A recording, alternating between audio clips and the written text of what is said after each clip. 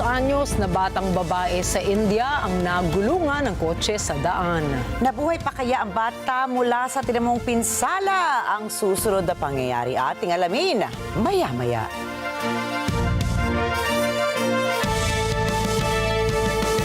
Magandang gabi. Ako po si Rikki Mathay. Ako si Rikki Alagao Flores. Ito ang mata ng Agila International. Para naman sa mga headlines ngayong araw ng Miyerkules. Utang ng Pilipinas noong Pebrero lumobo sa 16.63 trillion pesos. Chinese research vessel na mataan sa silangang bahagi ng Palawan. China nagsagawa ng full-scale live fire drill sa palibot ng Taiwan. Attorney General Pam Bondi na isang death penalty bilang hatol kay Luigi Mangione. White House makikipagpulong para pag-usapan ang TikTok deal. Contact at the request of the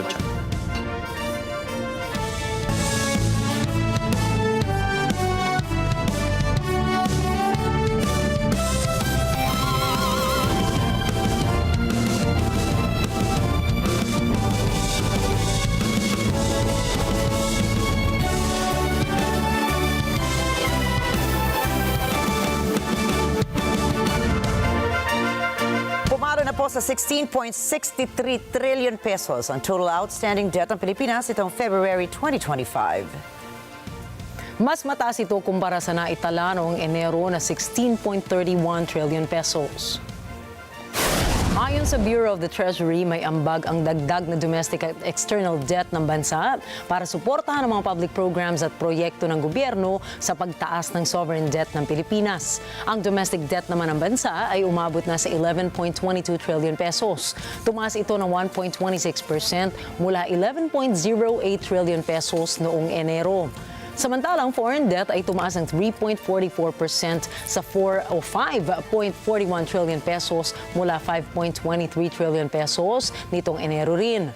Sa kabila ng pagtaas ng debt levels, pinanindigan naman ng Treasury Bureau na nananatiling manageable ang sovereign debt ng bansa. Inaprubahan ng Estados Unidos ang isang $5.58 billion sale in 4 F-16 fighter jets dito sa Pilipinas. Ayon po sa Washington, bahagi ito ng commitment ng Estados Unidos na tulungan ang kanilang kaalyadong bansa, lalo na at mas tumitindi na ang tensyon sa Indo-Pacific region dahil sa ikinikilos ng China. Dagdag pa nila, layon din itong paunlarin ang seguridad ng Pilipinas para maging mahalagang puwersa para isulong ang political stability, kapayapaan at economic progress sa Southeast Asia. Malugod namang tinanggap ng Armed Forces of the Philippines ang jet sale. Anila malaking tulong ito para sa modernisasyon ng mga assets ng sadatahang lakas ng bansa. Ang Pilipinas po at Estados Unidos ay matagal na magkaalyado. Matatanda ang dumating si U.S. Secretary of Defense Pete Hegseth sa Pilipinas at nangako magpapatuloy ang ironclad commitment ng Estados Unidos sa Pilipinas. Bagaman tinamaan ng malakas na lindol ang Thailand at Myanmar, ay pagpapatuloy pa rin ang overseas absentee voting o OAV doon sa darating na April 13. Ayon kay COMELEC Chairperson George Garcia, magsasagawa ng postal voting ang mga overseas Filipino workers o OFW na nasa Myanmar. Anila magpapadala sila ng mga balota roon. Nasa higit 300 na mga Pilipino ang kasalukuyang nasa Myanmar ngayon. Samantala, magsasagawa naman ng internet voting ang mga OFW sa Thailand. Batay sa datos ng gobyerno, mayroong higit 8,000 mga Filipino voters ang nasa naturang bansa sa ngayon. Patuloy naman na hinihimok ni Garcia ang mga overseas voters sa Thailand na mag-enroll para sila ay makaboto para sa midterm polls. Ayon sa datos ng COMELEC, mayroong higit 1.2 million na mga registered overseas voters ang boboto ngayong darating na halalan. Umarangkada na ang dagdag pasahe sa Light Rail Transit Line 1 o LRT1 ngayong April 2. Ayon sa Light Rail Manila Corporation, inaprubahan ng Department of Transportation ang dagdagan na 5 piso sa minimum fare ng single journey ticket at 10 pisong taas pasahe naman sa maximum fare nito.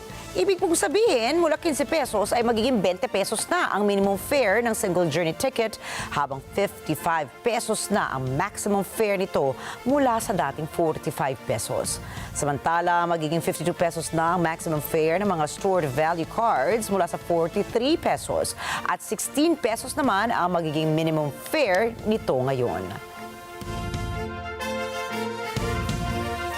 Hindi dapat mangamba pero tama lamang na maghanda ang Pilipinas sa posibilidad ng Taiwan invasion ayon sa Malacanang. Pinawi rin ng Malacanang ang pangamba ng mga overseas Filipino workers o OFW at binigyan diin na may contingency plan ng gobyerno sa pagsagip sa mga Pilipinong maiipit sa posibleng pagsakop ng China sa Taiwan. Sa aming pagtanto ay hindi naman po dapat mabahala ang taong bayan patungkol po dito. Matatandaan na nitong Biyernes, March 28, ay bumisita si U.S. Defense Chief Pete Hegseth sa Pilipinas. Muli nitong inulit ang ironclad commitment o pangako ng Estados Unidos sa Mutual Defense Treaty at tiniyak na lalong palalakasin ang military-to-military cooperation sa gitna ng Pilipinas at ng Estados Unidos.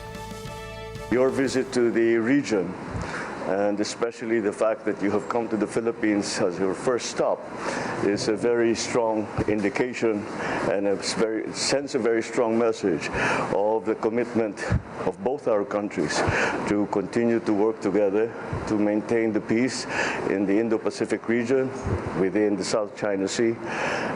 He and I both want to express the ironclad commitment we have to the Mutual Defense Treaty and to the partnership, economically, militarily.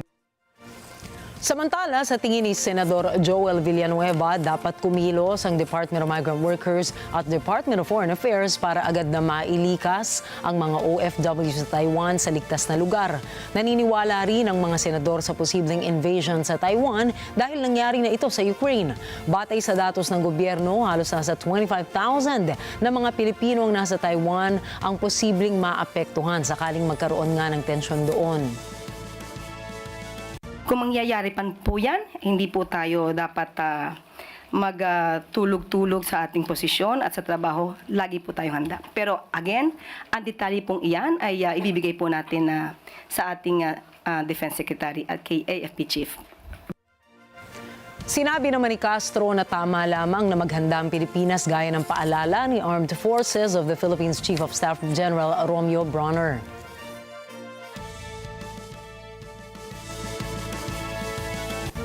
Nagpasalamat po si Vice President Sara Duterte kay Pangulong Ferdinand Marcos Jr.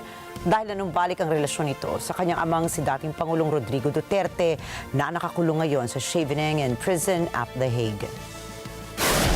Nagkaroon anya ng kapatawaran sa pagitan nilang mag-ama para sa lahat na nangyari sa kanilang buhay.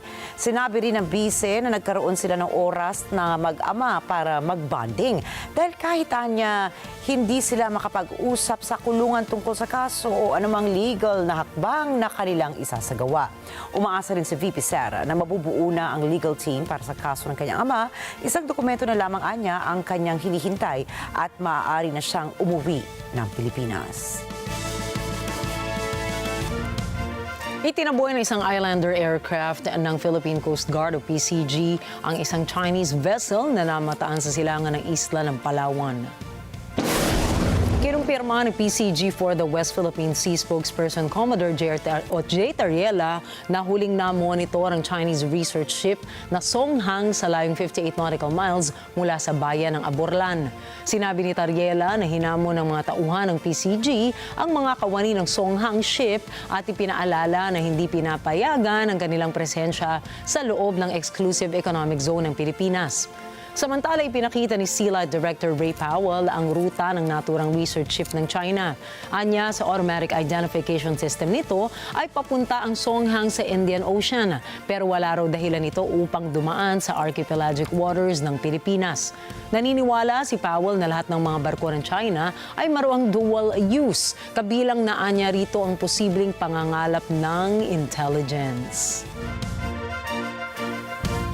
Pinagre-resign ang pinagsusumite ni Department of Information and Communications Technology or DICT Secretary Henry Agila ang unqualified courtesy resignation ng lahat ng kasalukuyang Undersecretary, Assistant Secretary at maging ang Director ng DTIC o DICT. Batay sa nilabas sa memorandum ni Agila, hindi dapat lalagpas ng April 4 ang pagsusumite ng courtesy resignations. Layo ng nasabing direktiba na mabigyan ng kalayaan ang bagong kalihim na magampanan ang kanyang tungkulin at makapagtalaga ng mga mamamahala sa iba't ibang sektor ng DICT.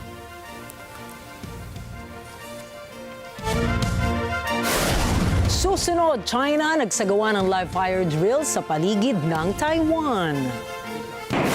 Putin magdaragdag ng sundalo para sa malakas na opensa. At mga bangkay ng rescue workers nakuha sa Gaza. Mga balitang yan sa pagbabalik ng Mata ng Agila International.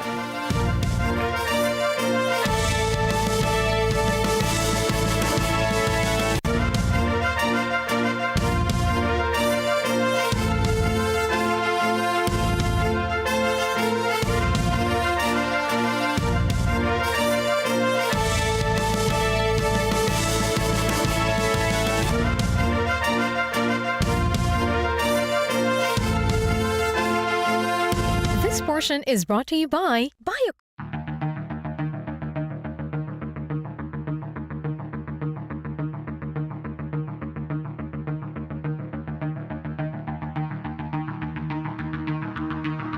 Kwentuhan. Yan ang araw-araw nating pagsasaluhan. Mag-aagahan tayo sa Barangay Bulihan, Malolos, Bulacan. Gigisingin natin ang mga taga-Barangay 183, Zone 20, Pasay City. Sa Miyerkules, balik tayo sa Barangay 739, Zone 80, San Andres, Malate, Manila. Sure na good ang morning ng mga taga-Barangay Poblasyon, Muntinlupa City. Yes na yes naman ang Biyernes sa Barangay Pulang Lupa 1, Las Piñas City. Gawin nating daily morning habit ang panonood na LTE Love to the Pet and everything. Let's live together.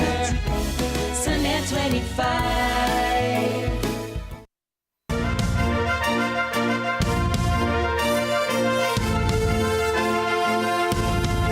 Nagsagawa ng long-range live fire drills ang China sa Taiwan Strait bilang pagpapalala ng pressure nito sa Taiwan. 中方有关联合演训是对台独分裂势力的严重警告和有力遏制，是捍卫国家主权、维护国家统一的正当必要行动。民进党当局顽固坚持台独立场，妄图以外谋独分裂国家，是螳臂挡车，注定失败。中国终将统一，也必将统一的历史大势不可阻挡。 Naglabas ang China Central Television ng pag-eensayong ginagawa ng PLA Eastern Theater Command kung saan makikitang gumagamit sila ng mga rocket launch vehicles upang pumunta sa mga base locations at nagpapalipad ng mga live rounds sa isang tagong lugar. Base naman sa ulat ng Taiwanese Defense Ministry, nagpadala ang China ng hindi bababa sa 10 military warships malapit sa 24 nautical mile contiguous zone ng bansa noong kinaumagahan ng Miyerkules. Tumugon naman ang Taiwan kung saan nagpadala rin sila ng sariling puwersa sa lugar.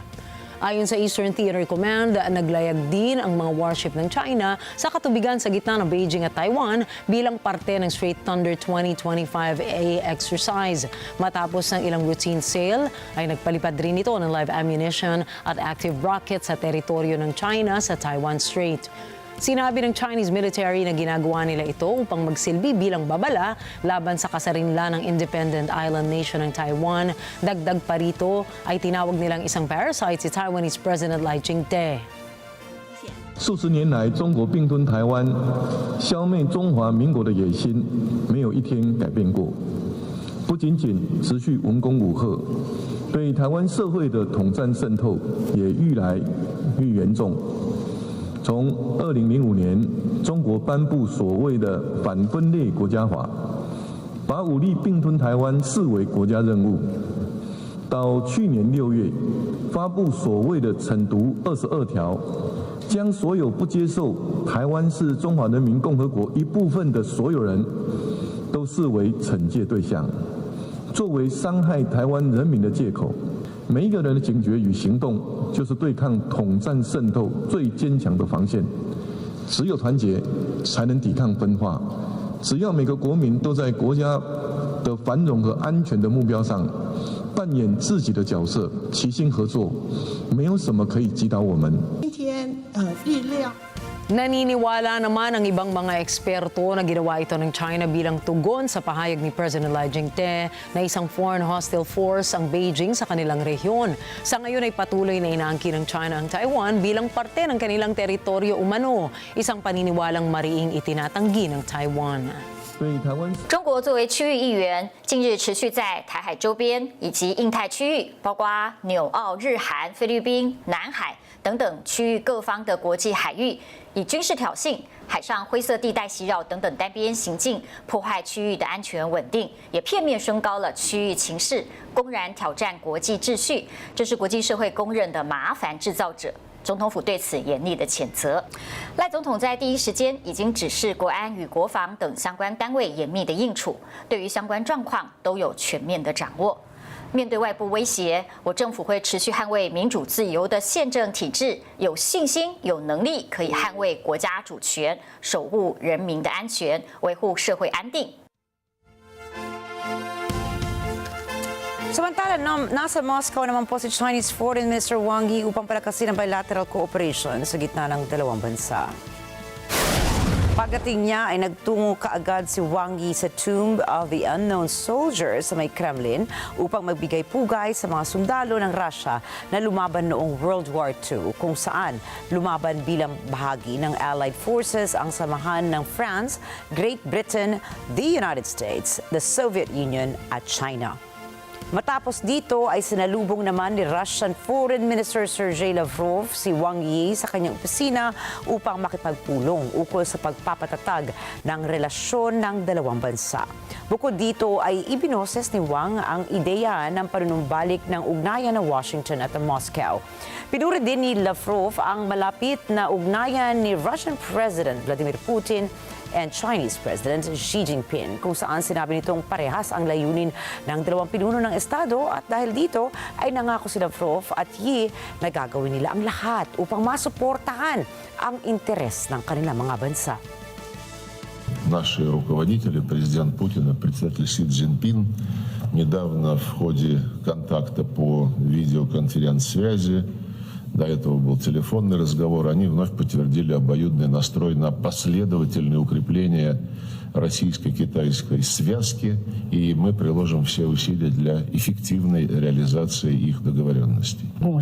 Видимая ответственность Москвы и Пекина за тесную координацию на международной арене. В этом страны мирового большинства видят, наверное, самый существенный стабилизирующий фактор в это непростое время развития мировой политики.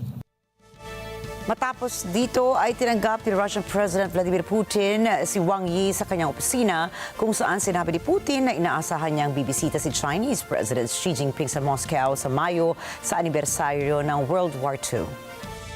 Позвольте мне вас сердечно поприветствовать в Москве. Я очень рад вас снова видеть.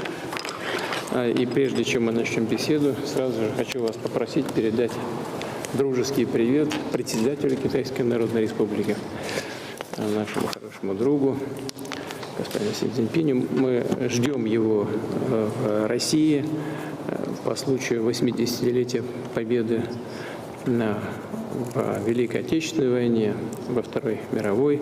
Мы вместе отметим этот юбилей и победу над нацистской Германией, и победу над милитаристской Японией.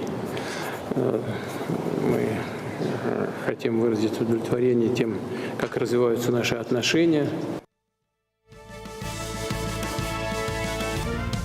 Sinimulan na ng Russia ang pagkuha ng pinakamataas na bilang ng mga sundalo ngayong taon. Sinabi ni Russian President Vladimir Putin na mayroong 160,000 na mga kalalakihan edad 18 hanggang 30 ang kanilang nirecruit.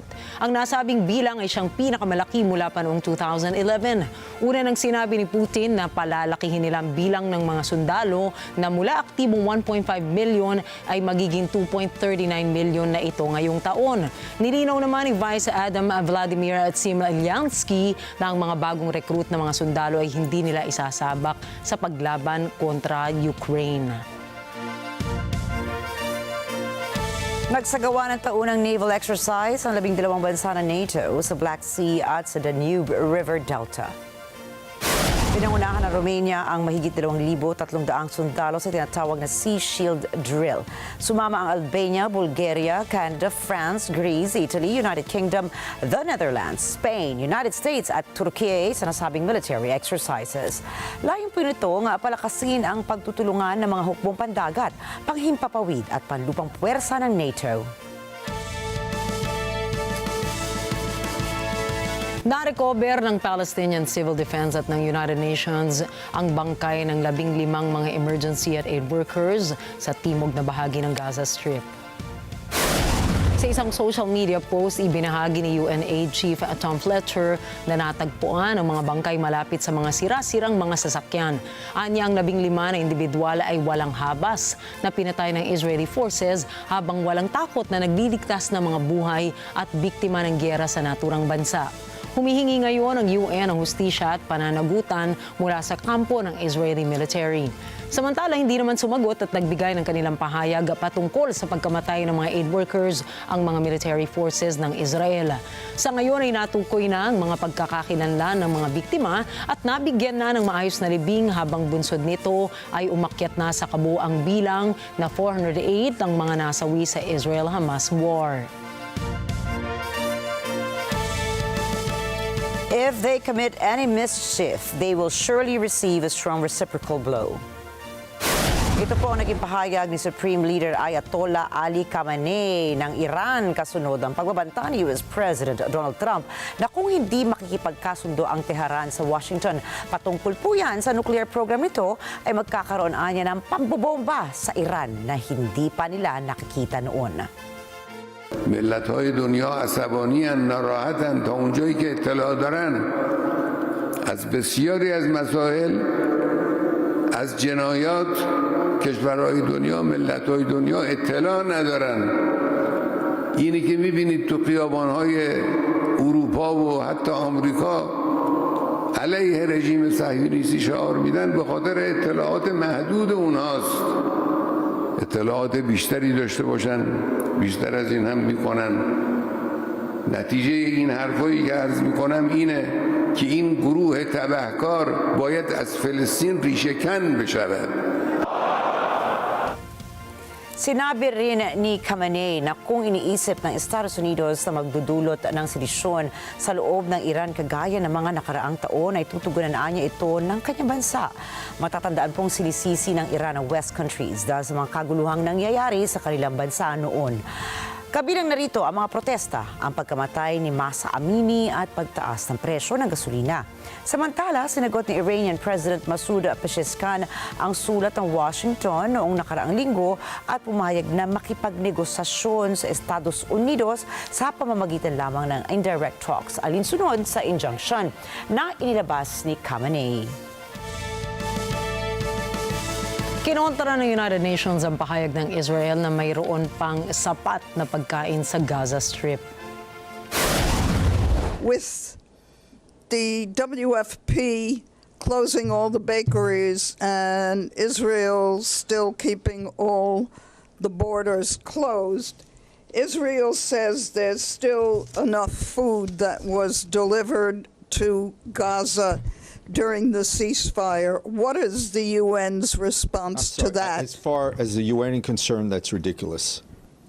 I mean, we are at the tail end of our supplies, of the UN, of the supplies that came in through the humanitarian route. You know, WFP doesn't close its bakeries for fun.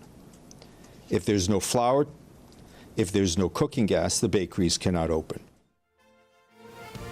Sinabi ni UN spokesperson Stefan Dujarric na hindi alam ng Israel ang sinasabi nito dahil mabilis na naubos ang humanitarian supplies para sa Gaza. Itinanggi rin nila na hawak umano ng mga Hamas ang humanitarian aid ng UN na naipasok sa Gaza mula nang ipatupad ang 6 na linggong ceasefire. You just called that ridiculous. Kogat actually posted this, said that over 25,200 trucks entered Gaza during the 6 weeks ceasefire, and UN aid was less than 30% of the amount. And they said they calculated they should be enough for a long period of time in Gaza, and accusing Hamas of taking those food in position. Does UN know any of those circumstances from your 30% of the food? I'm talking about the UN's humanitarian supplies. I answered that question, right? It is, I think what we saw during the ceasefire, when the parties were living up to their obligations as ceasefire, we saw humanitarian aid flood Gaza, right? We saw markets come back to life. We saw prices going down. We saw hostages released. We saw Palestinian detainees released. We need to go back to that. Let me get down to this. Is this accusation of Hamas positioning the aid from UN NGOs are false? The UN has kept a chain of custody, and a very good chain of custody on all the aid it's delivered. Magugunit ang una ng nanawagan ng UN na dapat ay magkaroon ng pangmatagalang ceasefire upang mabigyan ng tulong ang mga apektadong residente ng Gaza. Una rito ay patuloy ang ginagawang airstrikes ng Israel hanggang sa tuluyang mapalaya ng Hamas ang kanilang mga bihag. Muli naman binantaan ni US President Donald Trump ang mga Houthi rebels sa Yemen at mga kaalyado nilang Iranian na kanila itong aatakihin. They have been hit harder than they've ever been hit, and they want us to stop so badly. And they've got to stop. They've got to say no mas. But I can only say that the attacks, it's attacks every day, every night.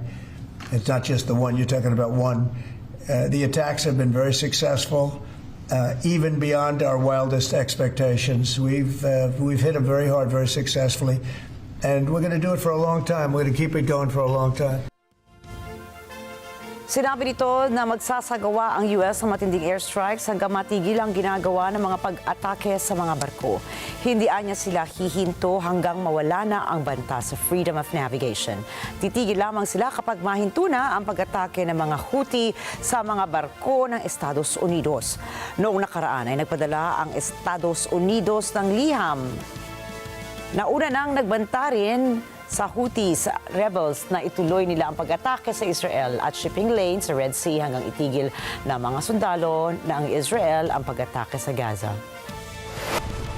نفذت القوات الصاروخية وسلاح الجو المسير والقوات البحرية خلال الساعات الماضية عملية عسكرية مشتركة استهدفت من خلالها القطع الحربية المعادية في البحر الأحمر وعلى رأسها حاملة الطائرات الأمريكية ترومان التي ينطلق منها العدوان على بلدنا. واستمرت المواجهة والاشتباك لعدة ساعات فيما تستمر القوات المسلحة حتى ساعة إعلان هذا البيان في التصدي الفاعل للعدوان والتعامل المسؤول مع مختلف التطورات والمستجدات ضمن منطقة العمليات وانتصارا لمظلومية الشعب الفلسطيني في غزة واستمرارا في إسناده ودعمه. وفي وقت سابق استهدف سلاح الجو المسير أهدافا عسكرية للعدو الإسرائيلي في منطقة يافا المحتلة وذلك بعدد من الطائرات المسيرة وقد حققت العملية أهدافها بنجاح بفضل الله. Kasunod nito ay tinanggihan ni Iranian President Masoud Pezeshkian ang naturang alok ng US na sumailalim sa negosasyon para sa isang ceasefire at denuclearization deal. Hindi naman nagpatinag ang Iran kung saan anumang pag-atake ng US ay kanilang tatapatan. مذاکره به طور مستقیم رد شده، اما مذاکره به طور غیر مستقیم همیشه ایران در اون رابطه بوده و الان هم آقا معظم رهبری تاکید فرمودن که مذاکره غیر مستقیم همچنان میتونه ادامه داشته باشه. ما از مذاکره نه تنها پرهیز نمی‌کنیم بلکه اون بدعهدی هاست که برای ما مشکل ایجاد کرده تا کنون باید ثابت بکنن که میتونن اعتماد رو در رابطه با تصمیمات ایجاد بکنن که امیدوارم اینم. Kinumpirma ng White House na tuloy na ang anunsyo ni Pangulong Donald Trump ukol sa panibagong mga taripa na sisimulang ipatupad ngayong Miyerkules. Si Jonah Malari para sa balita. Ayon kay White House Press Secretary Carolyn Leavitt, tapos na ang mga araw na iniisahan ng Amerika. Anya, kung ang mga produkto ay sa Amerika gagawin, walang taripang babayaran. But those days of America, beginning tomorrow, being ripped off are over. American workers and businesses will be put first under President Trump, just as he promised on the campaign trail. The president's historic action tomorrow will improve American competitiveness in every area of industry, reduce our massive trade deficits, and ultimately protect our economic and national security. President Trump's economic vision is rooted in common sense. America will offer companies the lowest taxes, energy costs, regulations, if they make their products right here in the United States and hire American workers for the job. It's simple. If you make your product in America, you will pay no tariffs. Nagbalangkas ang White House aides ng 20% ng taripa sa karamihan ng mga produktong ini-import papasok ng US. Sa Miyerkules ng hapon, nakahandang ipahayag ni Trump ang panibagong mga taripa na pinangangambahang magpapainit ng pambuong mundong trade war. Ayon sa Pangulo, ang 2 ng Abril ay Liberation Day o Araw ng Kalayaan para sa bansa. My understanding is that the tariff announcement will come tomorrow. They will be effective immediately. And the president has been teasing this for quite some time, as you know. He's talked a lot about April 2nd as Liberation Day in America. It would be taking place today if not for April Fool's Day. But tomorrow will be the day, and he's been talking about it for a while. And as a result, you've seen these companies make commitments to investing right here in the United States. Ayon kay Trump, ang ganting taripang ito ay para sa mga bansang nagpapataw ng multa sa US goods. Ayon sa White House, anumang bansa na hindi patas ang pagtrato sa Americans ay dapat umasa sa taripang ipapataw. Naka-schedule na ilahad ang tariff plan ng Pangulo sa Rose Garden alas 4 ng hapon ngayong Miyerkules sa Washington, D.C. Jonna Malari para sa mata ng Agila International, trusted, connected, on point. Pinangambahan na marami na malamang ay isusunod na sa bawas pondo ng US Government of Food Stamps Program ng bansa. Ito po ang Supplemental Nutrition Assistance Program na nagpapakain sa may 41.7 million na Amerikano noong nakaraang taon. Michelle Verzonilla po para sa report. Humaharap din ang US Supplemental Nutrition Assistance Program o SNAP sa malawakang tigil pondo sa ilalim ng isang budget plan na pinag-uusapan ngayon sa Kongreso. Noong taong 2023, 42.1 million Americans o 12.6% ng populasyon ng US ang nakinabang sa SNAP. Para sa mga umaasa sa programang ito, nasa peligro ang ilalaman ng kanilang mga sikmura sakaling bawasan o putulin ng tuluyan ang pondo para rito. I don't know what I would eat because I rely on that to expect to eat for the month. That would hurt my pocket. I wouldn't know what to do. I mean, there's other programs that offer you food boxes and stuff, but it's not the food that you want to eat. You can use your food stamp card and go anywhere that accepts EBT, and they'll take it. So that's good. You know, right now I got a Venom, and it's my energy for the day, and that's from food stamps. So I rely on this burger joint. Para naman sa isang restaurant owner na si First Lee Summit, suliraning malaki ito para sa mga taong nakaasa sa programa, lalong-lalo na sa mga walang tirahan. Like the big issue would be people who can't. Like homeless people. I understand they were surviving before it, but they were digging out trash cans. They were barely finding food. That's the real issues. That like us as businesses, we survived before it. We could survive after it. I mean, it's gonna be worse, but we'll live. But the real issue is people like homeless people, disabled people. That's the big problem. Ang umuugong na bawas pondo sa SNAP ay bahagi ng malawakang funding cuts na isinasagawa ng Administrasyon Trump gamit ang Department of Government Efficiency na pinamumunuan ni Elon Musk. Target ng funding cuts na ito ang ilang mga programa ng gobyerno at libu-libong federal jobs. Michelle Verzonilla para sa mata ng Agila International, trusted, connected on point. Nakamit ni U.S. Senator Cory Booker ang bagong record ng pinakamahabang speech na nailatag sa Senado. Ang nasabing speech ay tumagal ng 25 hours and 4 minutes. Tinalakay sa talumpati ng American Democrat ang kanyang symbolic protest laban kay U.S. President Donald Trump. Kasama rin sa mga mahalagang paksa ay ang patuloy na paglawak ng impluwensya ng mga bilyonaryo maging ang pagsira ni Elon Musk ng mga programa ng gobyerno. Binalaan niya rin ang lahat sa diktadorya, tulad ng pagkawala ng mga tao ng walang due process. Maging ang bullying ni Trump sa media at paglulungsad nito ng sariling press corps tulad ni Russian President Vladimir Putin. Ayon sa senador, magsasalita siya hanggat kaya ng kanyang katawan. Hinikayat din ni Booker ang lahat na tumugon sa paglaban kay Trump, pati na rin sa kabaitan na pagmamalasakit sa kanilang komunidad. Umalingaw-ngaw ang palakpakan matapos ang makasaysayang talumpati ng senador. Nagsimula si Booker sa kanyang talumpati bandang alas 7 ng gabi noong Lunes at natapos naman noong alas 8 sumunod na gabi. In just 71 days, the President of the United States has inflicted so much harm on Americans' safety, financial stability, the core foundations of our democracy, and even our aspirations as a people from our highest offices, a sense of common decency. These are not normal times in America. And they should not be treated as such.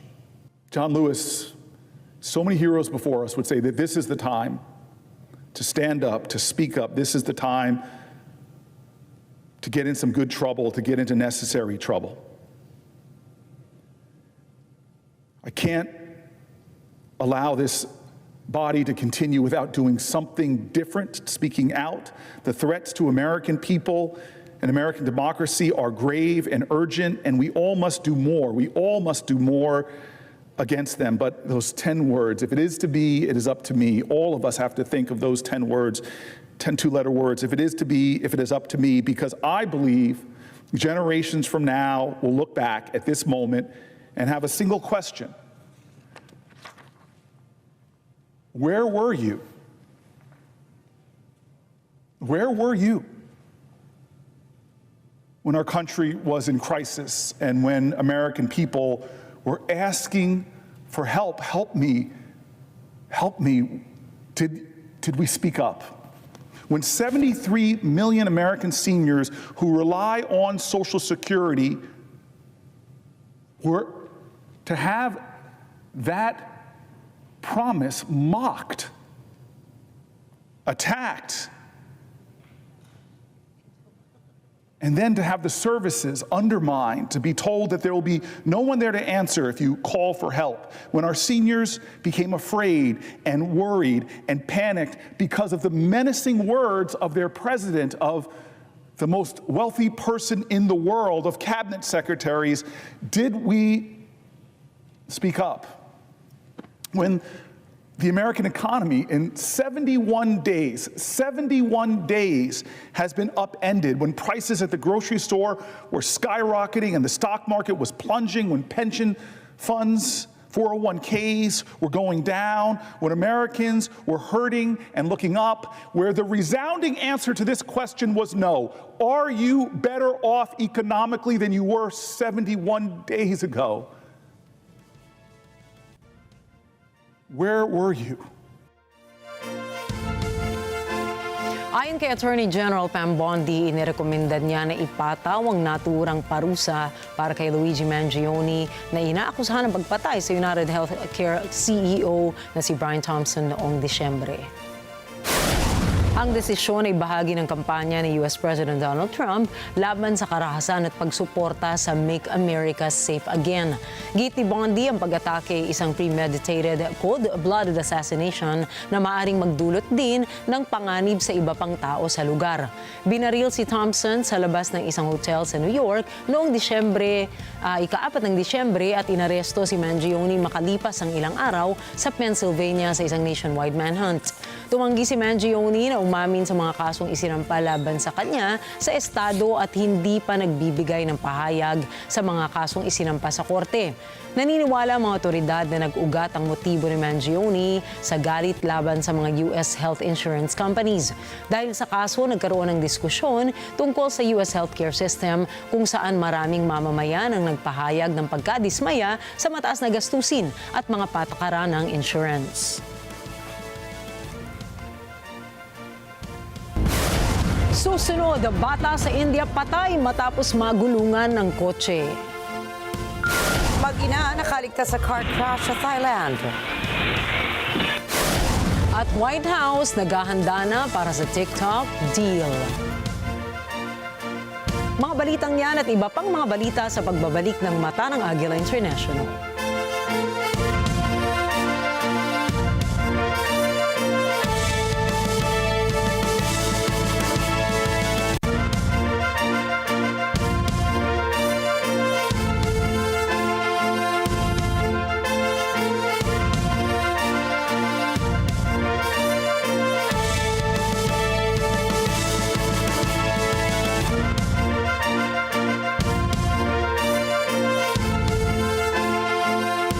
Sa Manila Bay, may mga balsang palutang-lutang. Pero hindi ito pangkaraniwan. Dahil ang mga balsang ito, nagsisilbing tirahan ng ilan nating kababayan. Lagi pong laban sa alon, sa hangin. Kasi pwede kami sirain, buwagin yung pamilya namin dahil lang sa malakas na hangin, alon. Yun po, lagi namin binabantayan.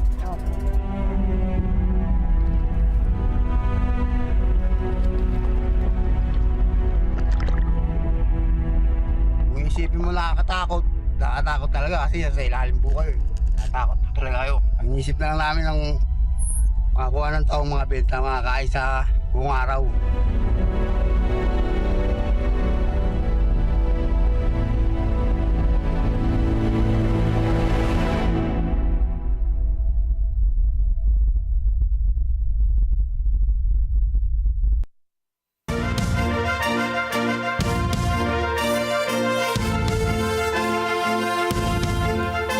Labis namang nagluluksa ang mga magulang ng 12 anyos sa batang babae matapos magulungan ito ng kotse habang naglalaro lamang ito sa daan.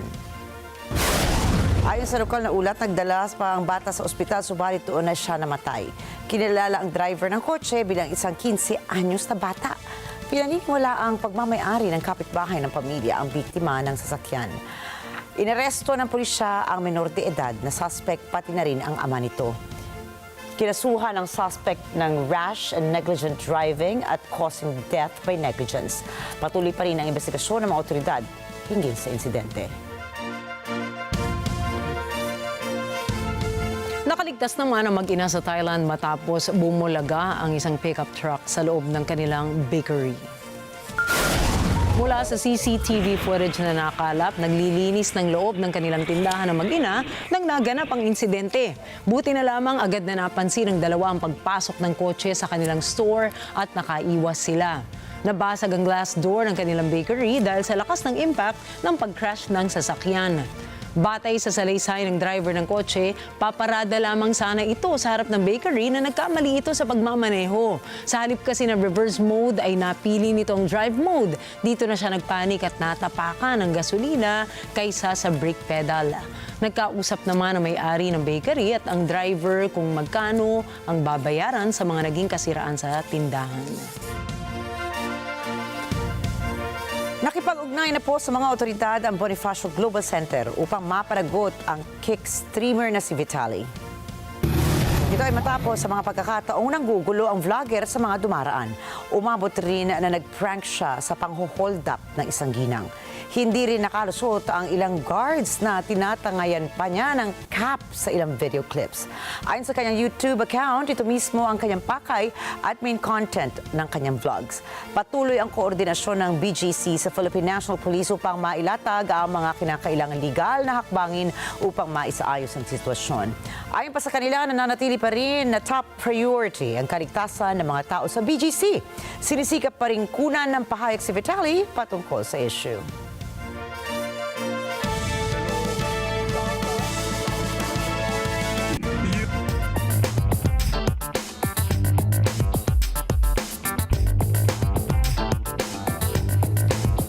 Makikipagpulong si Pangulong Donald Trump sa kanyang mga aide para asikasuhin ang kahihinatnan ng TikTok. Gayon din tatalakay ng mga posibleng investors na bibilhin ang social media site mula sa ByteDance. The American people need the truth. Matatandaan na noong January 19 nang dapat ay ipatupad ang TikTok ban, ngunit sa bisa na inihaing executive order ni Trump ay binigyan ito ng 75-day reprieve para makapaghanda ang kumpanya. Matatapos na ito bukas, Abril 5. Mula rito, muling nag-aalala ang ByteDance kung idadivest ba ang TikTok mula sa kanila dahil national security concerns o haharap ito sa total ban. May mga impormasyon mula sa mga sources sa Estados Unidos na posibleng bilhin ng mga kumpanyang Oracle, Blackstone at Microsoft ang TikTok.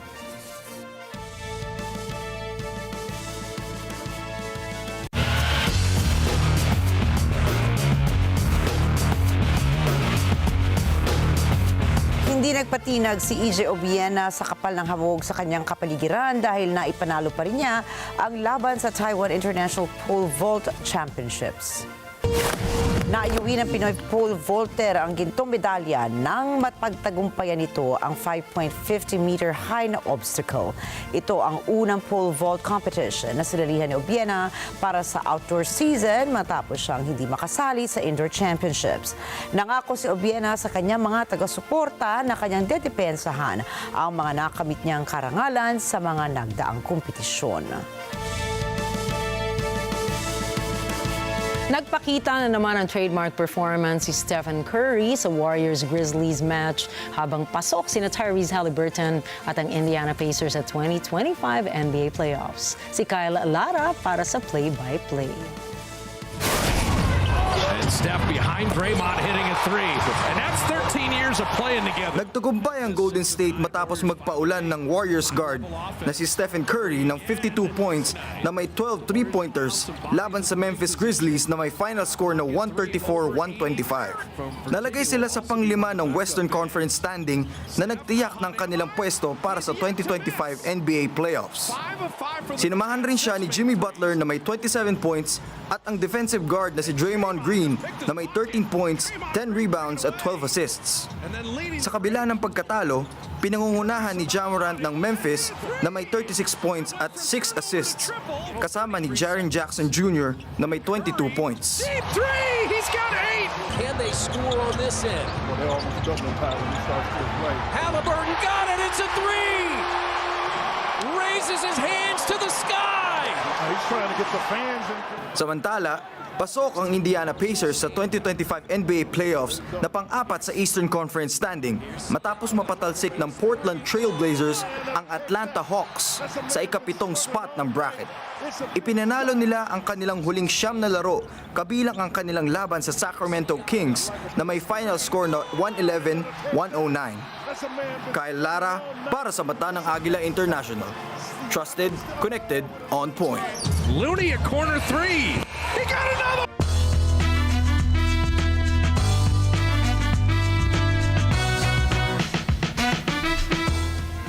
Pumanaw na po si Val Kilmer, kilala sa mga pelikulang Batman Forever at The Doors, sa edad na 65. Ayon sa kanyang anak na si Mercedes Kilmer, ang sanhi ng pagpanaw ng aktor ay pneumonia. Nabatid na throat cancer survivor si Kilmer bago dinapuan ng panibagong karamdaman. Si Kilmer ay sumikat noong 1980s at 1990s sa mga pelikulang Top Gun, Real Genius, Willow, Heat at The Saint, bukod pa sa iba. Bumuhos ang mga pagpupugay mula naman sa iba't ibang panig matapos ang balita ng kanyang pagpanaw. Noong taong 2021, muling nagbalik si Kilmer sa pelikula sa Top Gun Maverick bilang ang kanyang titular character na si Iceman kahit hindi na siya nakapagsalita dahil po yan sa sakit. Isa rin siyang tampok sa dokumentaryong Val na inilabas noong parehong taon na nagbigay ng malalimang pagtingin sa kanyang buhay at pagiging isang artist. Bilang isang versatile na actor, naging bahagi si Kilmer na maraming sikat na pelikula at nag-iwan ng mahalagang kontribusyon sa mundo ng sining.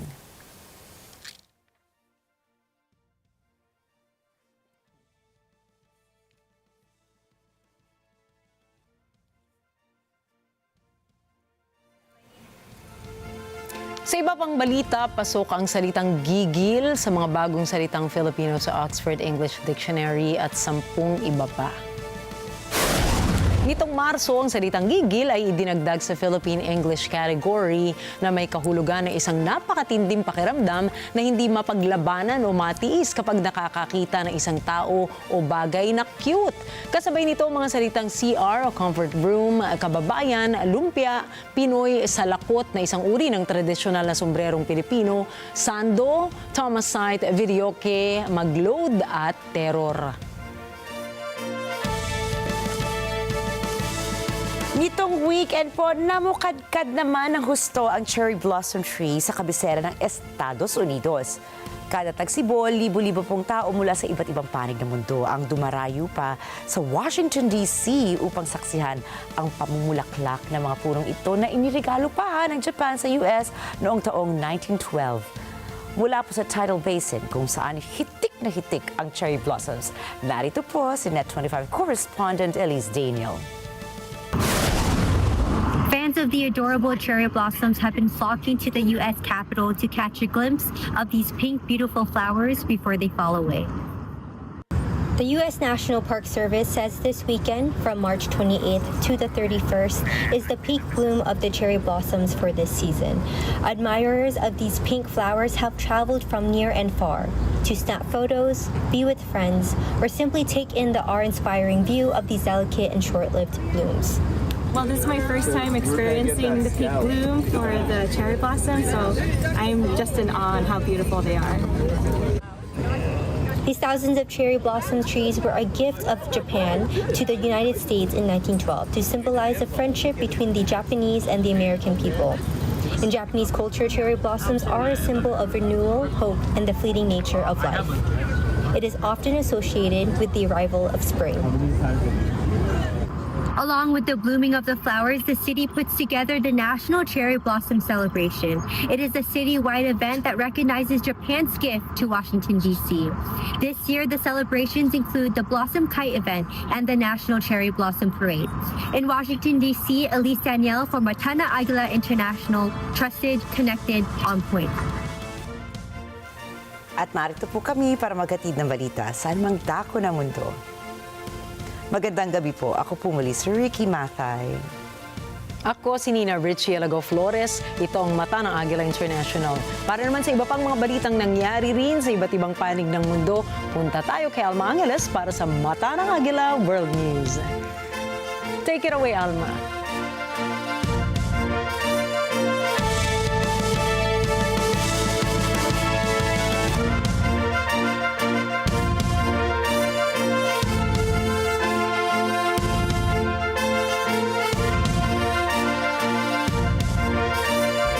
Thank you, Nina and Rikki. Good evening, everyone. I'm Alma Angeles for Net25 World News. On tonight's headlines. China's foreign ministry issues a strong rebuke to the Philippines over its remarks on Taiwan, telling Manila that those who play with fire will burn themselves. The warning comes after the Philippines Armed Forces chief urged troops to prepare for possible conflict. And China conducts long-range live-fire drills in the East China Sea targeting key infrastructure in what it calls a precision strike exercise. The move follows sharp rhetoric against Taiwan's President Lai Ching-te and coincides with U.S. Defense Secretary Pete Hegseth's visit to Asia, where he has openly criticized Beijing. A race against time in Myanmar, rescue efforts intensify after a powerful earthquake leaves devastation in its wake. Aid groups warn that the window to find survivors is closing, while the death toll rises and basic necessities run dangerously low. And from the global phenomenon Minecraft to the big screen, Warner Brothers is releasing a Minecraft movie this April, tapping into a gaming legacy unlike any other. And the news starts now.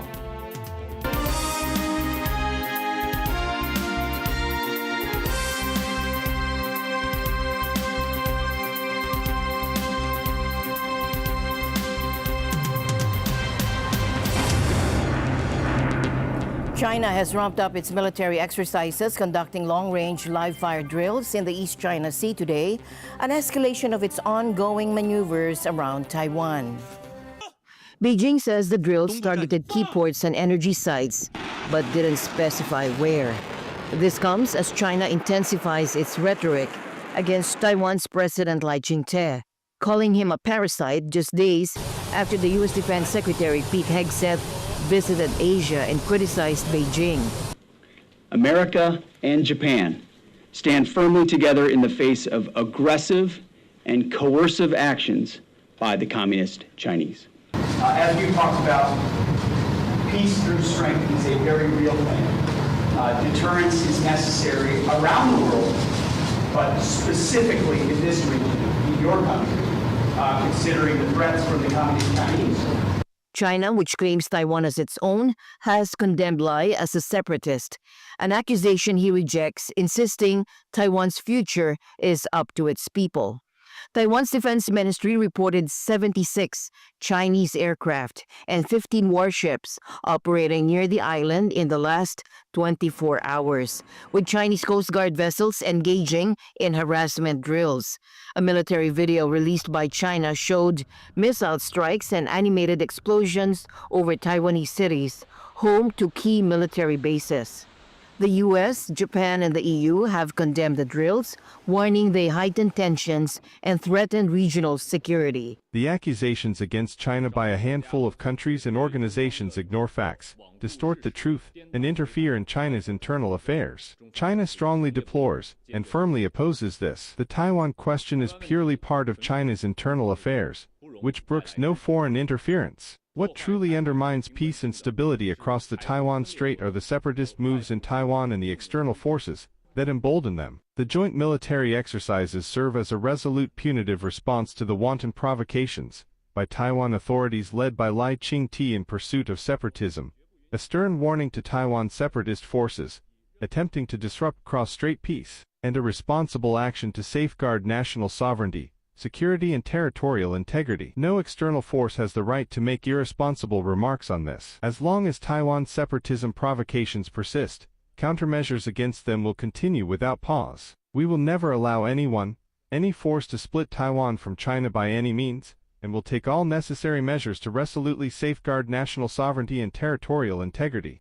Despite the show of force, Taiwan says its trade and travel remain unaffected. In my perspective, I think the government should increase the military defense capability. We insist that we, Taiwan, are a country, but I think we can soften our stance and interaction with China. We don't need go head-to-head against them, in case any unwanted accident happens. That's how I feel.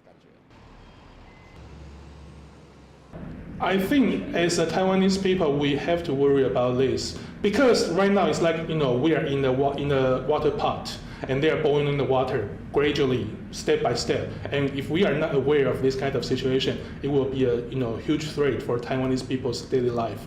But the problem right now is because the administration here in Taiwan, they are actually emphasizing, they are trying their best to monitor all the situation. They do not really reveal all the reality to the public.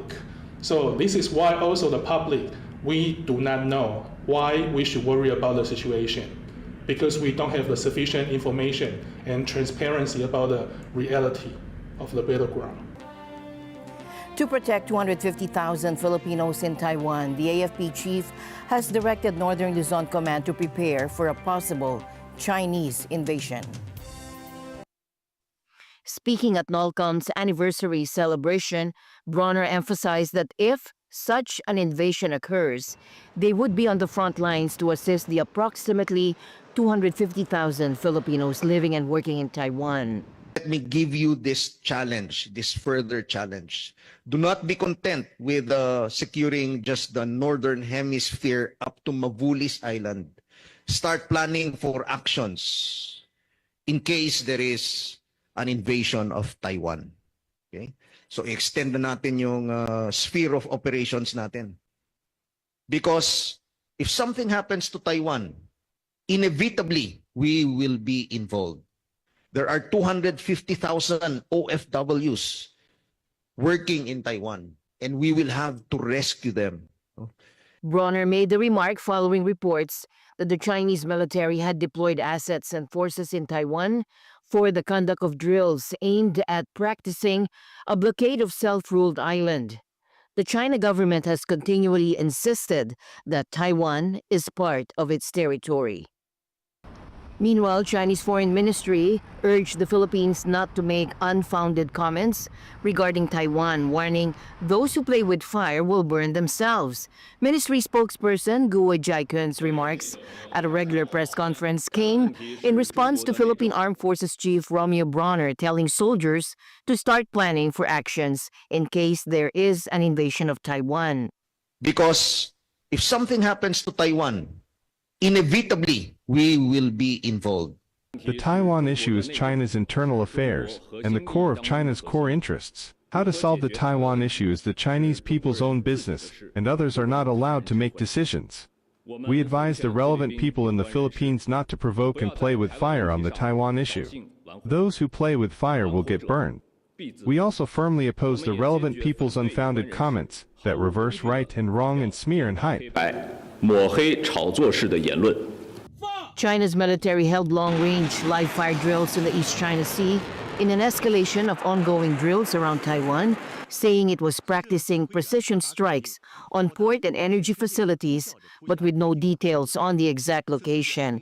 The exercises follow a rise in Chinese rhetoric against Taiwan President Lai Ching-te, who China called a parasite on Tuesday, and come on the heels of U.S. Defense Secretary Pete Hegseth's Asia visit, during which he repeatedly criticized Beijing.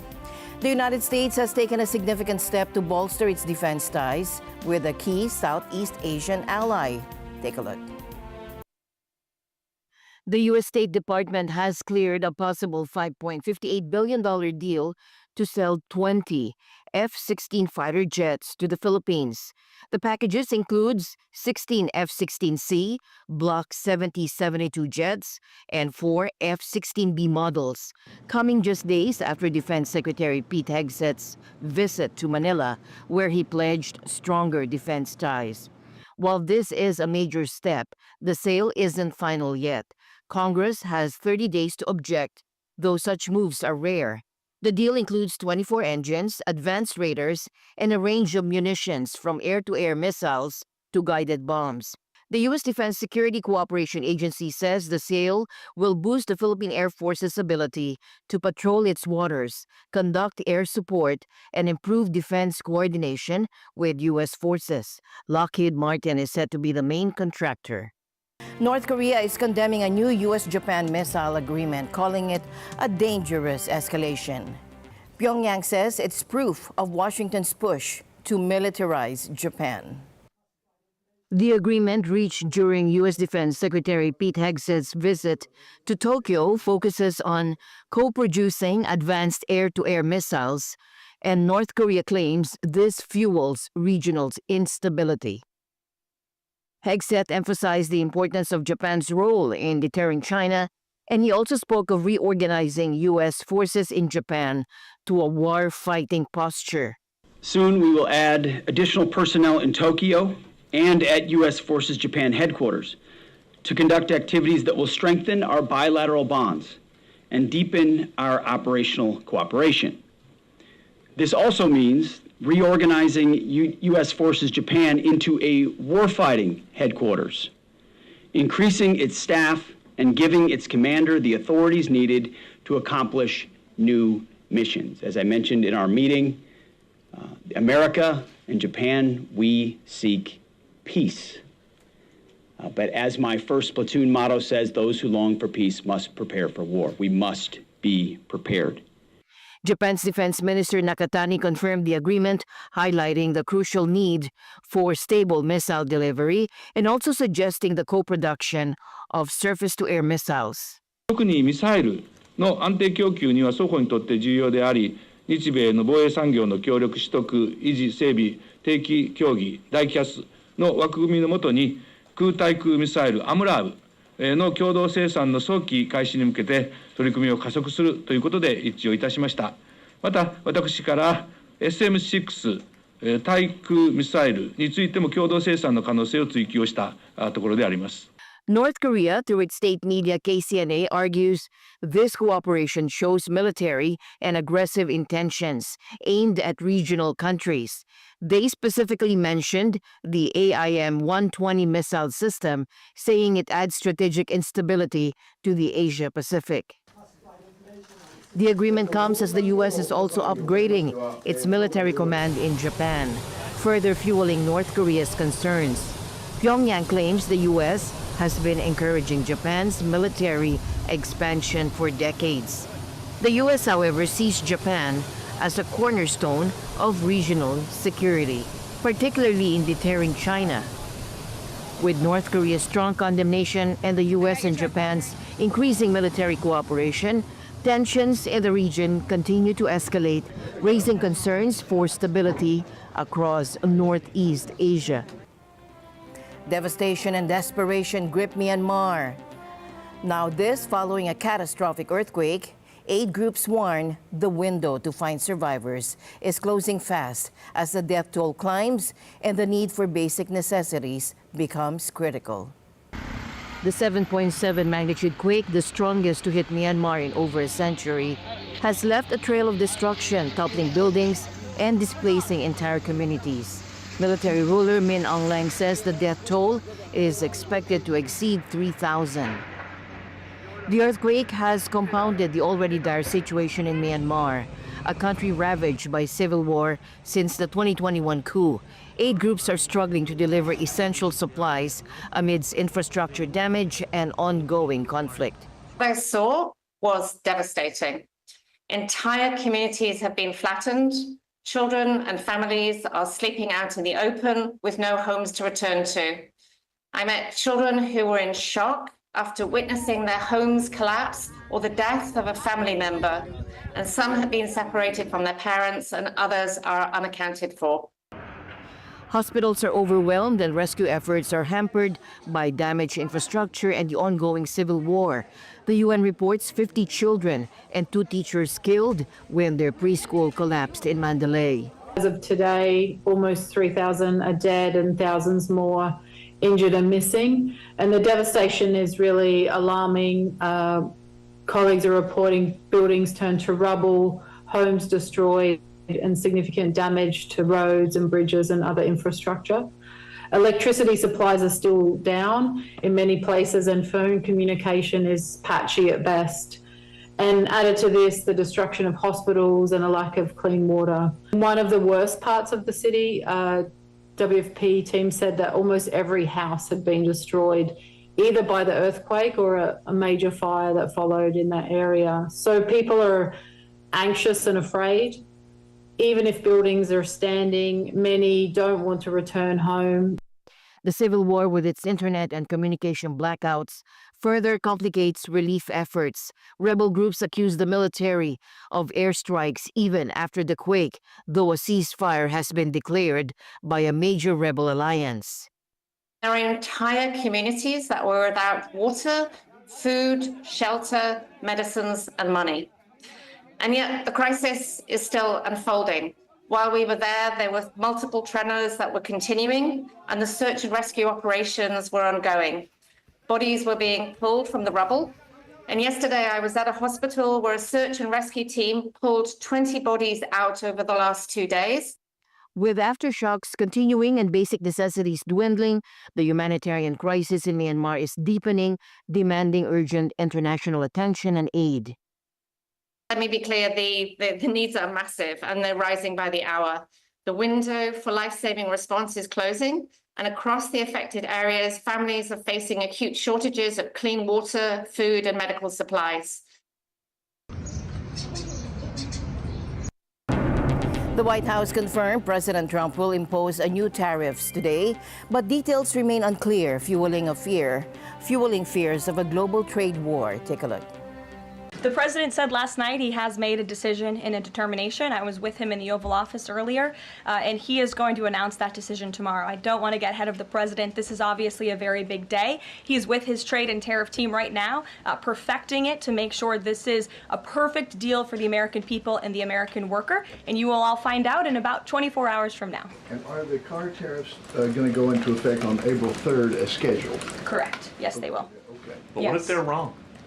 They're not going to be wrong. It is going to work. And the president has a brilliant team of advisors who have been studying these issues for decades. We are focused on restoring the golden age of America and making America a manufacturing superpower. My understanding is that the tariff announcement will come tomorrow. They will be effective immediately. And the president has been teasing this for quite some time, as you know. He's talked a lot about April 2nd as Liberation Day in America. It would be taking place today if not for April Fool's Day. But tomorrow will be the day, and he's been talking about it for a while. And as a result, you've seen these companies make commitments to investing right here in the United States. April 2nd, reciprocal tariffs kick in. U.S. President Donald Trump has been calling April 2nd Liberation Day for weeks. It's the day he'll be unveiling an array of new tariffs that could upend the global trade system. Here's what to expect.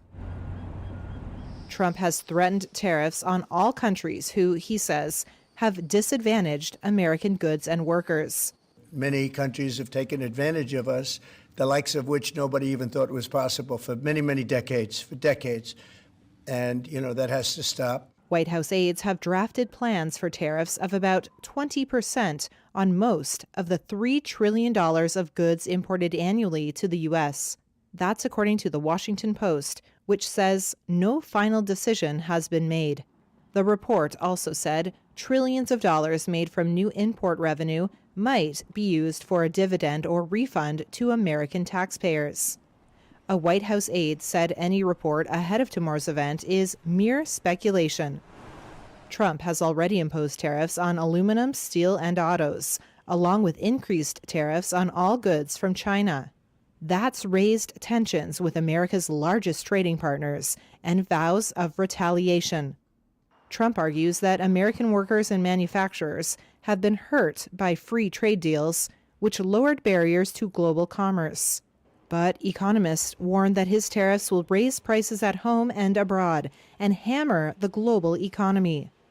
A 20% tariff on top of the ones already imposed will cost the average U.S. household at least $3,400, according to the Yale University Budget Lab. We are going to be very deliberate in terms of the measures we take to fight for Canada, fight against these unjustified measures by the U.S. administration, but also to protect, to have that minimal impact in Canada. We will not disadvantage Canadian producers and Canadian workers relative to American workers. So there are measures that we can take that at a minimum level the playing field with the United States, and again it depends on the broader measures they take tomorrow, if indeed they do against Canada. Thank you. Nosotros no creemos en el ojo por ojo, diente por diente. We do not believe in an eye for an eye, a tooth for a tooth, because that always leads to a bad situation. Of course, measures are taken because measures are taken on the other side, but the dialogue must continue. It's not about tit for tat, but about what is best for Mexico and how to face this situation. Me pusiste, te pongo, sino de qué es lo mejor para México y cómo afrontar esta situación. President Trump's new tariffs threaten to drive up car prices by thousands of dollars. And first quarter sales show buyers were already reacting. Take a look. US auto sales jumped during the first quarter as the prospect of big import tariffs loomed over the market. Figures out Tuesday show General Motors was the biggest winner, with a 17% surge in sales. It saw strong demand for affordable crossovers like its Chevrolet Trax SUV, which is made in South Korea. There were gains too for big Asian names, including Hyundai, Mazda and Honda. Hyundai Motor North America boss Randy Parker said the past weekend was the best he'd known for a very long time. He credited shoppers rushing to beat the tariffs. Now Donald Trump's new 25% levy on imported cars will kick in from April 3rd. And this is very modest. And what we're going to be doing is a 25% tariff on all cars that are not made in the United States. If they're made in the United States, there's absolutely no tariff. Analysts say that looks certain to drive a big spike in prices and a drop in sales as a result. The effect could be most pronounced for lower-cost vehicles, where profit margins are tighter. On Tuesday, Mercedes had to deny reports by Bloomberg that it would halt all imports of its low-end models. Now the fear is that some Americans will be priced out of the market altogether, with the average selling price of a new car already nearing $50,000. If that drives buyers to look for used vehicles instead, then second-hand prices could also jump. Overall, Tuesday's figures show US new vehicle sales for the quarter hit 3.91 million units, or almost 5% up on this time last year. The Trump administration is facing criticism after mass layoffs at key U.S. health agencies. And critics say the cuts impacting the CDC, FDA, and NIH put public safety at risk. The Trump administration began mass layoffs of 10,000 staffers at U.S. health agencies, according to Reuters sources. The cuts affect major U.S. health agencies, including the Centers for Disease Control and Prevention, the Food and Drug Administration, and the National Institutes of Health. While Health Secretary Robert F. Kennedy Jr. has described the cuts as essential to streamlining a bloated bureaucracy, the layoffs, including earlier dismissals, have led to the departures of top scientists at key agencies for public health, cancer research, and drug oversight, raising concerns about how the U.S. will safely oversee the health sector and respond to emergencies. According to one source, an FDA employee said staff had to present their badges at the building entrance, and those who had been fired were given a ticket and told to return home. The ticket, seen by Reuters, listed phone numbers for 10 different departments for employees to call to retrieve their essential equipment. The cuts are part of a broad plan by President Donald Trump and billionaire ally Elon Musk to shrink staffing levels in federal departments and agencies. Wild weather wreaks havoc across continents, from Michigan to Greece and Australia. Powerful storms have unleashed destruction, leaving a trail of damage and disruption. In Michigan, ferocious winds ripped the roof of a mobile home, a stark image of the weekend's powerful storms that left 3 dead, nearly 200,000 without power. And video captured the moment the roof was torn away as parts of the state were battered by winds reaching 95 miles per hour. Meanwhile, thousands of miles away in Greece, the Aegean Islands were pummeled by torrential rain, flooding, and hailstorms. Schools and kindergartens were closed on popular tourist islands like Paros and Mykonos. In Paros, muddy water stranded vehicles, forcing authorities to scramble for heavy machinery to clear roads. Mykonos was blanketed in hail, while other islands like Syros, Simi, Kalymnos, and Kos also faced school closures. Scientists attribute Greece's frequent flooding to warming waters caused by rising global temperatures. And in Australia, Sydney's iconic beaches were hit by massive swells and king tides. Bondi Beach saw significant damage, with the Iceberg Surf Club suffering shattered glass doors and balconies. The club's pool and gym were forced to close. A large water storage tank washed up on the beach overnight. Further south, Cronulla Beach was also closed due to the dangerous swells. The southerly swell just pounding into the water here, turning 15 panels of toughened glass into splinters, completely ripping the cupboards off the wall in the lifeguards tower. It's just devastating. High tide was, it's been really big, and it's been coming over the Esplanade. The Esplanade's closed off. So, occasionally we get that, but not very often. And the news continues here on Net 25. We'll be right back. Dahil walang hinto ang balita. Financial straits. Mata ng Agila Weekend tuwing Sabado, alas 4 ng hapon. Ito ang Net 25. Matatag, matapag, matapak. Let's net together sa Net 25. Sa Net Net25.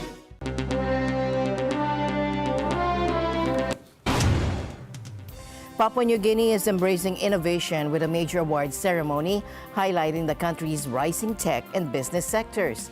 And we take you to Port Moresby, where leaders gather to celebrate and inspire the next wave of innovation. Eko Ortelesa Quinola reports from Papua New Guinea. The Business Advantage International and the Port Moresby Chamber of Commerce and Industry host the 3rd Innovation Papua New Guinea Awards 2025. Aimed at educating, inspiring, and connecting all leading innovators from Papua New Guinea and around the world, the conference hosted 100 careers in technology, banks, insurance, microfinance, business heads, and thriving institutions. Keynote speaker, a futurist and one of the panel of judges, Mark Pesce, discussed the rise of artificial intelligence. It's been an amazingly good event. It's really, really wonderful to see all of the great ideas that are coming out of PNG right now.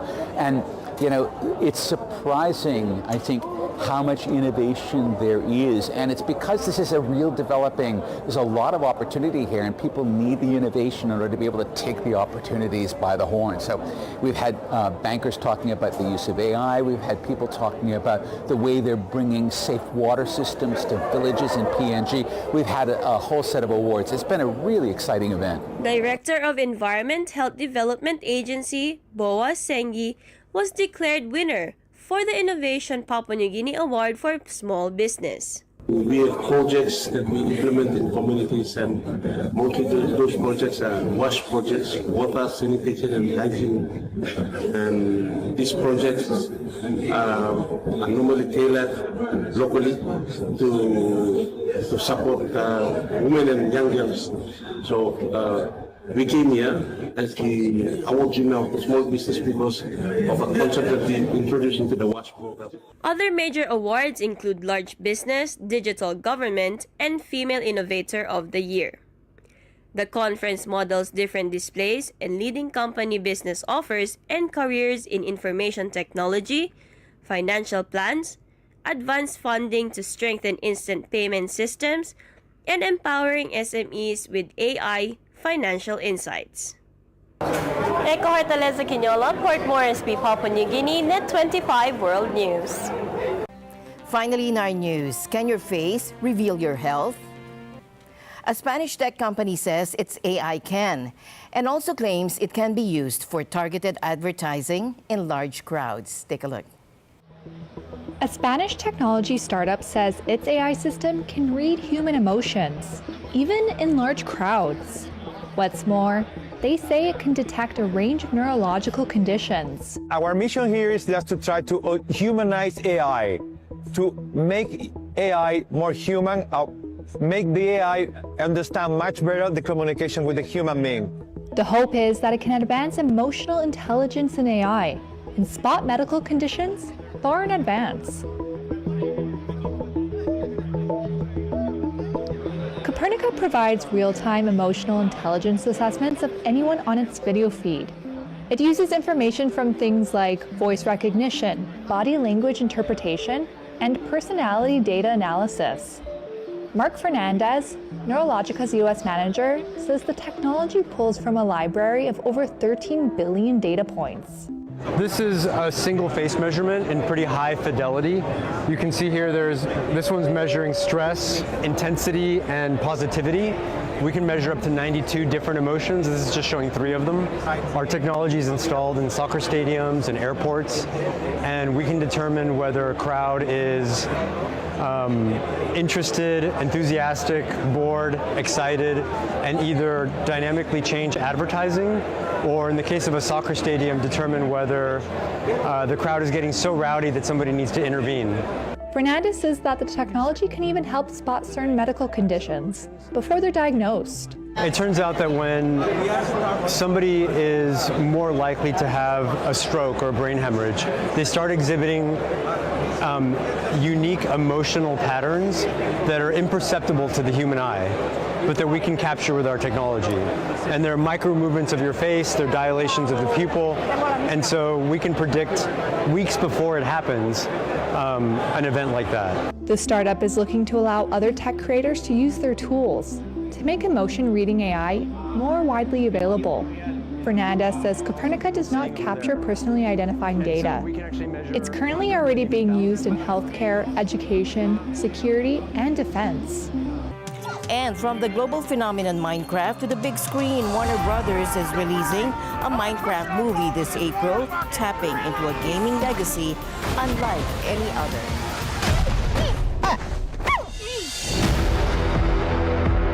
I had kids that were obsessed with Minecraft years before I heard about this movie. So I learned how to play the game because I love games, and I was like, I gotta speak their language, and it really was like learning a language. It's not easy. You don't get it that first day. You gotta make the commitment to working on it for a few days, concentrated effort. And once I got it, I was like, oh, I get it. You're building things. It's architecture. You were homies. Dude, we bonded so hard. We should be the new James Bond. Dude, have they approached you for that, by the way? No. Life here was perfect. This is a Minecraft story. It doesn't get every nook and cranny of the game, but... And with that, we end tonight's broadcast. For everyone here on Net 25, I'm Alma Angeles. Thank you all for joining us. Good night.